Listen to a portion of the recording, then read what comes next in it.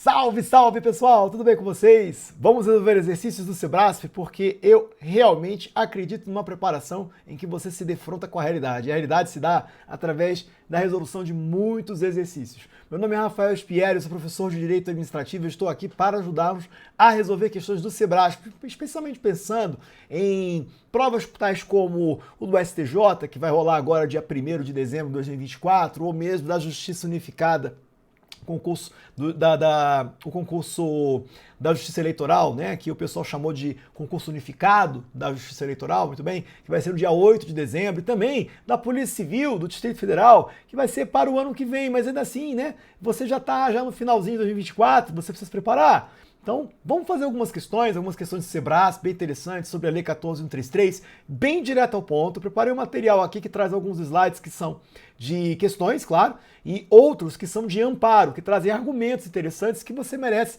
anotar no seu caderno para você fazer sua revisão, porque o foco do Sebrasp, acredite, tem decoreba, mas também tem um entendimento, e eu gosto de trazer isso para os meus alunos, perfeito? Então, você não deixe de nos acompanhar enquanto professor de cursos preparatórios para concursos públicos, tanto do Gran Curso como também do IMP, um curso presencial muito bom aqui no Distrito Federal, eu gostaria de deixar claro que a gente está trabalhando muito em cima disso já há muitos anos, né? Então a gente começa a pegar muita experiência do que verdadeiramente cai em concurso público. Então por isso, eu não gostaria de deixar de te convidar a seguir a minha rede social, o Instagram, né? De olho na telinha aí que eu vou te mostrar.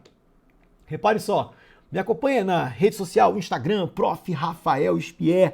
Você tem à disposição ali o canal de contato, especialmente o direct. Por exemplo, se teve dúvida em alguma questão que você veio, por exemplo, a se defrontar em uma prova, ou se quer uma sugestão de recurso, manda lá que a gente pega e sugere para você, é bem interessante, vocês vão curtir, perfeito? Mas para além disso, se você precisa estudar, é bom sempre materiais interessantes, atualizados, né? Eu vou colocar à disposição de vocês aí no meu site, o rafaelspier.com.br, material também à disposição. Perfeito? Então lá no meu site, consulta também, visite, conheça meu site. Você vai ter muitos materiais, exercícios, apostilas que eu uso em sala de aula, que eu uso nos meus cursos junto ao Gran Curso também. Enfim, tudo à disposição de vocês. Perfeito? São teorias, né? Então a gente coloca à disposição de vocês matéria, conteúdo e também exercícios, claro, que são os que eu utilizo, né? Tanto nos preparatórios online, como também no presencial. Beleza? Vamos que vamos então, resolvendo exercícios, sem mais delongas. De olho na telinha, preparei para vocês, ó. Essa primeira parte aqui, vamos colocar aqui esse vídeo, ele vai focar na Lei 14.133 sobre licitações, especialmente aqui na parte mais introdutória. E no segundo vídeo que vem a seguir, eu vou colocar para vocês questões mais voltadas para as modalidades da licitação, que é o que cai bastante em prova e eu quero que você conheça bem, perfeito? Então, de olho na telinha, eu vou passar por esses slides que se acham aí, que são slides que trazem os dispositivos legais, né? Que, como eu disse, eu vou resolver as questões e vou colocar para vocês alguns dispositivos que são interessantes você conhecer, perfeito? E aí, à medida que vai avançando, a gente vai voltando nos slides apropriados, porque eu acho que isso é bom para o candidato, eu acho que é apropriado para você que está se preparando para fazer seus resumos e com isso fixar o conteúdo. Estamos combinados? Então, sem mais delongas, vamos começar. Resolução aqui da primeira questão, valendo. Essa aqui é bem decoreba, né? É uma questão que foi bem de decoreba mesmo. Não é possível estabelecer margem de preferência para aquisição de bens no Brasil. Errado. Errado por quê? Porque ao contrário do que se acha aqui disposto, o artigo 26, inciso 1 e 2, como consequência do princípio do desenvolvimento nacional sustentável. Desenvolvimento nacional sustentável. Fala justamente ao contrário. Ele diz que é possível, né, que não é obrigatório, é possível, a administração poderá estabelecer margens de preferência de contratação. O que acontece? Desenvolvimento nacional sustentável, ele se dá em dimensões. Né? Então você fala assim, ó, o desenvolvimento de uma nação ele só é verdadeiro se respeitadas determinadas áreas ou dimensões. Então, por exemplo, a dimensão econômica é importante demais, tanto que é desenvolvimento, né, econômico. Mas o desenvolvimento econômico ele não pode sacrificar outras áreas, como por exemplo a social. Então áreas, por exemplo, né, como a social e a ambiental, né, que são as mais importantes, não podem ser sacrificadas em virtude do desenvolvimento econômico. Agora, o contrário também, você não pode ter um desenvolvimento nacional verdadeiro se você só valoriza o desenvolvimento social em detrimento da econômica e ambiental, entende? Porque, na verdade, você não pode prestigiar uma em detrimento da outra. Tem que ser tudo em harmonia. Porque o desenvolvimento nacional sustentável se dá se você observar as 3 áreas ou dimensões. E o que acontece? A margem de preferência de contratação, ela se dá o seguinte, se dá da seguinte forma. Você tem 2 áreas básicas aqui que são destacadas em relação à margem. Tá? Essa margem, eu vou explicar para vocês daqui a pouquinho, é uma margem percentual, que vai se dar, né? Em que casos? Quando, por exemplo, a administração pública ela deseja priorizar, dar uma margem de preferência de contratação para produtos, bens, manufaturados e serviços nacionais. Manufaturados, serviços nacionais.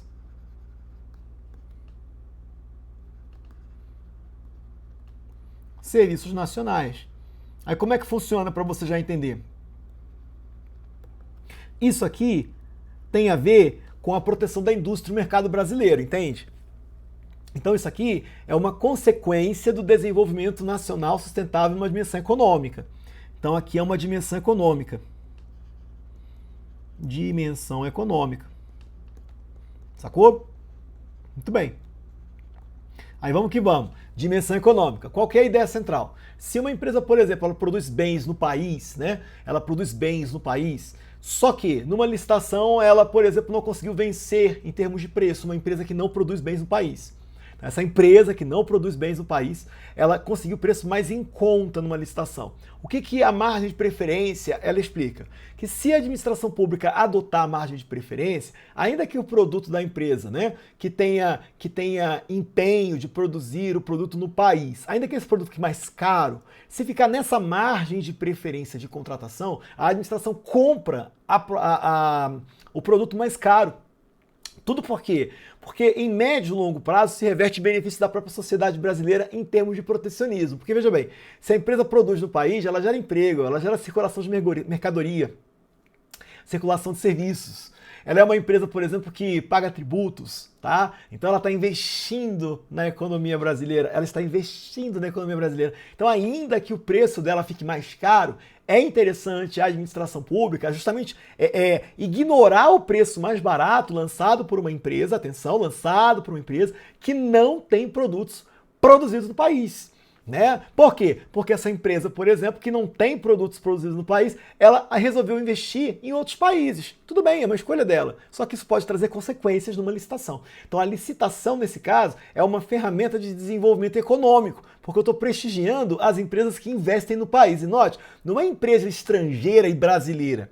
Porque eu posso ter, por exemplo, uma marca estrangeira que produz no país. Né? Isso acontece muito com carros hoje em dia. Então você tem produtos fabricados no país, a fabricofatura, né? Não é uma manufatura, né? É uma fabricofatura. É justamente a ideia de que o Brasil está tendo investimento por parte de uma empresa e por isso o Brasil, em contrapartida, ela prioriza a contratação de empresas como essa, ao invés de uma empresa, por exemplo, que produza carros no exterior e tragam para o país, entende? Então é a ideia de, traz a sua fábrica para cá, que quando você traz a fábrica para cá, você gera emprego.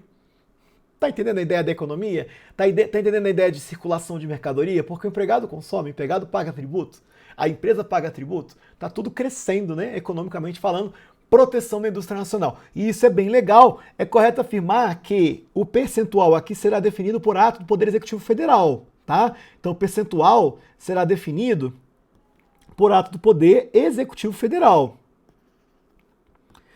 Ato do Poder Executivo. Do Executivo Federal. E ele vai se estender para todo o território nacional. Perfeito? Então, bens manufaturados e serviços nacionais, margem de preferência decorrente do desenvolvimento nacional em viés econômico. Agora, por outro lado, também é possível margem de preferência de contratação para produtos que são reciclados, recicláveis ou biodegradáveis. Biodegradáveis.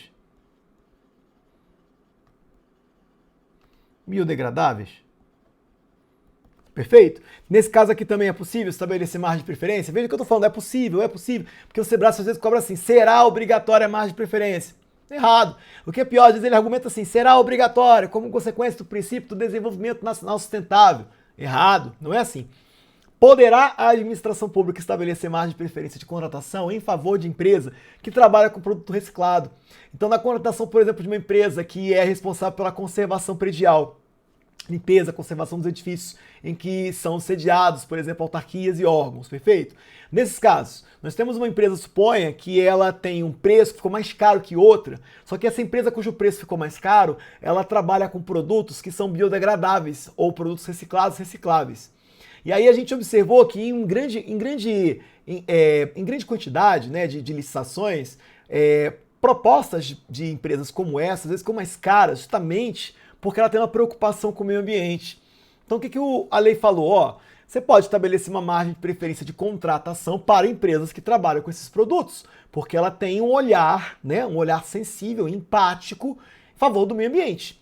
Então aqui nesse caso, uma consequência do desenvolvimento nacional sustentável, essa margem de preferência de contratação, do desenvolvimento nacional sustentável em que área?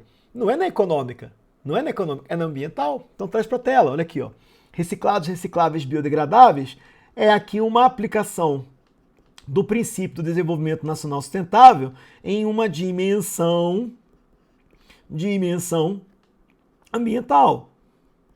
ambiental. Olha que bonito. Perfeito? E aqui a lei não exige um ato do Executivo Federal. Então seria margem de preferência adotada por ato da administração pública. O que faz sentido. Tá? Quando a gente fala de mercado nacional, compete à União, e aí ele definiu em lei, ó, ato do Executivo Federal. Agora, em relação ao meio ambiente, a competência comum em termos de fiscalização, né, e proteção ambiental, aí já diz, ó, administração pública, né? Isso extraindo da Constituição Federal naquela matéria que vocês adoram estudar em constitucional, chamada de repartição de competências. Perfeito? Então faz sentido tudo isso daqui, e tudo isso daqui é extraído da onde? Do artigo 26, inciso 1 e 2 da lei, como consequência do desenvolvimento nacional sustentável, razão pela qual essa questão está o quê? Está errada. Vou te trazer para cá o gabarito dela. O gabarito dela é errado, porque ao contrário de tudo que foi falado, sim é possível reservar margem de preferência, ou melhor, impor margem de preferência de contratação, favorecendo empresas que, apesar de terem propostas mais caras, acabam que, em médio e longo prazo, se reverte em benefício, né, do desenvolvimento nacional. Bacana? Questão 2. Em licitação que envolva fornecimento de bens, é possível indicar uma ou mais marcas ou modelos dos bens a serem fornecidos. Cara, isso é certo, é possível, né? Não é que é uma regra. Tem um princípio basilar que chama-se princípio da competitividade. Ele é previsto no artigo 5º da lei, princípio da competitividade.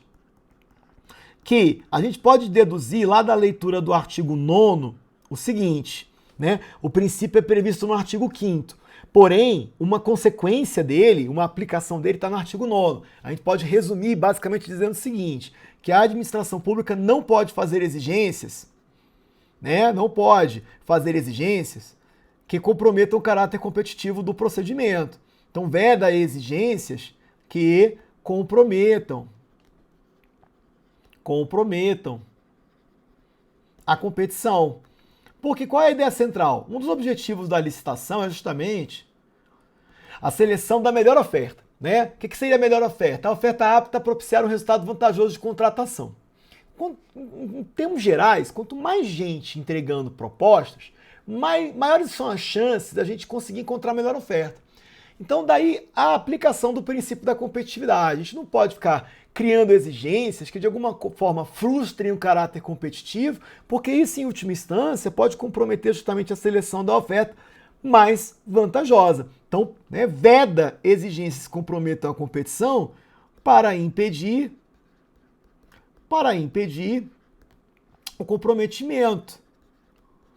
o comprometimento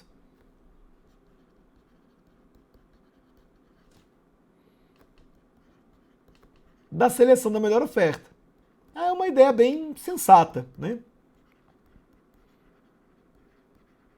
Porém, contudo, todavia, é correto afirmar que, ao mesmo tempo que a administração tem por um dos seus objetivos selecionar a melhor oferta, né? E com isso, para aumentar a chance de selecionar a melhor oferta, a administração pública ela não pode ficar comprometendo o caráter competitivo, como expliquei agora. Ao mesmo tempo, ela não pode deixar de considerar alguns fatores que devem ser observados na ocasião da seleção. E aí o que acontece? Especialmente em relação à aquisição de bens. O artigo 41 da lei traz algumas situações bem interessantes. Porque o que acontece? Por adoção do princípio da competitividade, como regra, é vedado fazer menção à marca, entende? Como regra, veda-se menção à marca. Então eu não posso, por exemplo, falar assim, ó, só pode participar empresas que se quiserem contratar comigo, só podem participar empresas que trabalham com essa marca específica. Não é a regra. A regra é o quê? O que você precisa? Por exemplo, motos. Então especifique as motos. E aí eu tenho uma variedade de marcas. Então essas marcas, desde que elas tenham, né, suas marcas, essas especificações, está valendo. Quanto mais gente participando, melhor, entende? Porém, o que acontece? Eu posso, de acordo com o artigo 41, fazer menção à marca em algumas ocasiões excepcionais. E aí eu vou trazer para vocês duas situações bem peculiares que vão mostrar para vocês como o Sebrasp pode se comportar na prova. Repare só. A regra está aí. Veda-se menção à marca. Essa é a regra. Porém, existem exceções. Todas as exceções, elas são previstas taxativamente na lei. Em relação a aquisições, está no artigo 41. As exceções, nós teremos rol taxativo. Um rol taxativo de situações em que a administração pública pode fazer menção à marca. Aí eu vou trazer para vocês duas situações. A primeira delas, proibir determinada marca. Determinada marca. Então, por exemplo, em relação a motos, suponha que a administração pública ela teve uma experiência anterior com determinada marca. Uma moto, por exemplo, de baixa cilindrada, determinada marca, que vivia em manutenção. Seleção da oferta apta a propiciar resultado mais vantajoso para a administração considerando o ciclo de vida é um dos objetivos da licitação.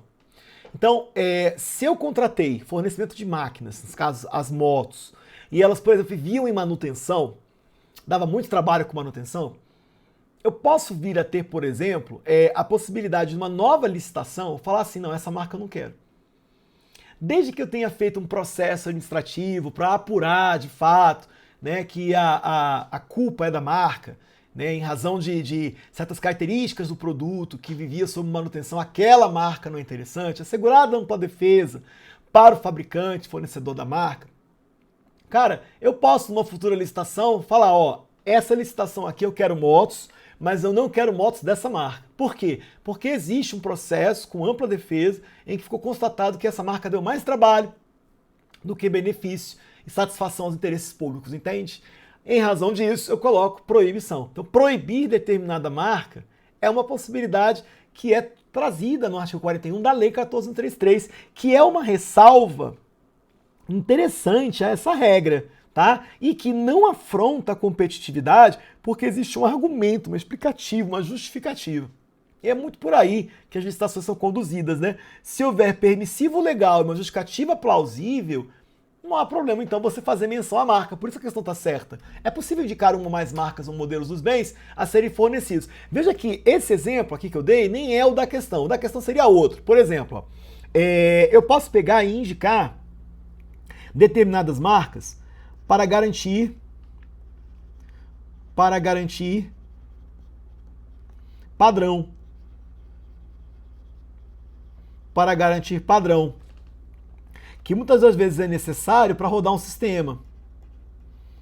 Necessário para rodar um sistema.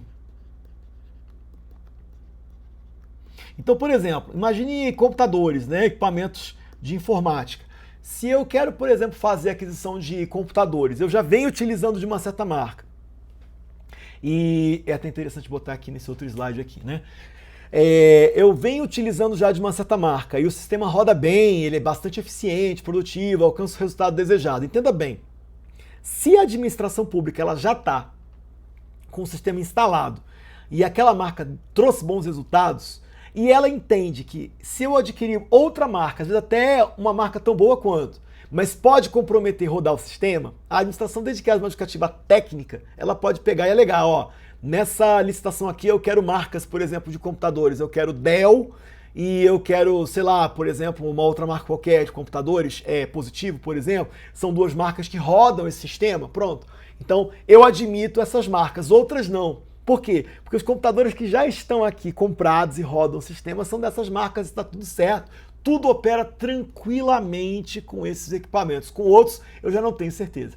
Então, por isso, a administração, nesse caso, aí vai bem ao encontro da questão. Veja bem, em licitação que envolva fornecimento de bens, é possível indicar uma ou mais marcas ou modelos de bens a serem fornecidos? Sim, como, por exemplo, nesse caso, para garantir padronização para que se rode o sistema informatizado. Um outro bem interessante também é fazer menção à marca em relação a comparativo, né? Como é que é o nome que a gente usa? A gente faz menção à marca para que ela sirva de referência. Marca como referência. Marca como referência. Então, por exemplo, eu quero canetas esferográficas tipo Bic, né? Então, por exemplo, aqui, ó, bem específico, marca, né? Eu falo Bic. Mas é por quê? Porque é melhor, mais fácil de visualizar fazendo referência à marca, entende? Então, caneta esferográfica, canetas tipo Bic. Canetas tipo Bic, ó, que bacana. Tá de boa. Aqui não vai ter problema algum você fazer alusão à marca. Por quê? Porque tem uma justificativa que, primeiro, é autorizada por lei, princípio da legalidade, é preciso entender isso, que a administração só faz o que a lei autorizou, determina, na verdade. E, para além disso, existe previsão explícita na lei, um rol taxativo, tá lá dentro. Então aí alguns casos que eu julgo bem pertinente você conhecer, depois dá uma lidinha em artigo 41 da lei 14.133. Vamos fazer mais duas questõezinhas para a gente poder encerrar esse bloco, depois a gente faz mais um vídeo resolvendo mais questões sobre o tema. Eu acho bem interessante você conhecer aí matéria de licitações em cima dessas questões para a prova do STJ e também para a prova do TSE, concurso da Justiça Eleitoral, né, o concurso unificado da Justiça Eleitoral e também da Polícia Civil do DF, que também será organizado pelo Sebrasp. Questão 3. Entre as vedações aplicadas às contratações públicas, inclui-se a distinção por parte do agente público quanto à sede dos licitantes. É o princípio da competitividade. Isso é certo, tá? Isso está expresso no artigo 9º da lei. É uma das consequências, tá? É vedação, a distinção por parte quanto à sede do licitante, né? Por parte do agente público quanto à sede do licitante. Artigo 9º é uma aplicação, uma consequência corolário da competitividade, que é um princípio previsto no artigo 5º e aqui no artigo 9º tem suas consequências, especialmente o artigo 9º, não exclusivamente. Beleza? Muito bem. Então essa questãozinha ficou certa. Vamos para mais uma? Questão 4. A Lei 14.133 omitiu o princípio do desenvolvimento nacional sustentável? Claro que não. Ao contrário, tá? A Lei 14.133, ela fez como na 8666, que as duas elas trabalham, tá? A 8666 ela foi revogada, né? Ela foi revogada, porém, quando ainda em vigência, ela trazia expressamente o princípio do desenvolvimento nacional sustentável. Então o item está errado. Vale dizer que isso aqui é, a uma só vez, um princípio previsto no artigo 5º, tá? Então ele é um princípio, e é daqui do artigo 5º que você diz que a questão está errada. Só que, como eu disse, a uma só vez, ele também é um objetivo. Você pode botar também no artigo 11, que é um objetivo. E que é ele, por exemplo, que traz aquela aplicação que eu expliquei um pouquinho atrás aí, na questão, acho que número 1, que eu trouxe para vocês, a ideia de que a administração pública pode estabelecer margem de preferência de contratação. Tá? Então, nada demais, né? Questãozinha bem basilar. Acho que dá para fazer mais uma, hein? Acho que dá para fazer mais uma. Vamos nessa? Só mais uma questãozinha para a gente fechar esse bloco com categoria 5 questões.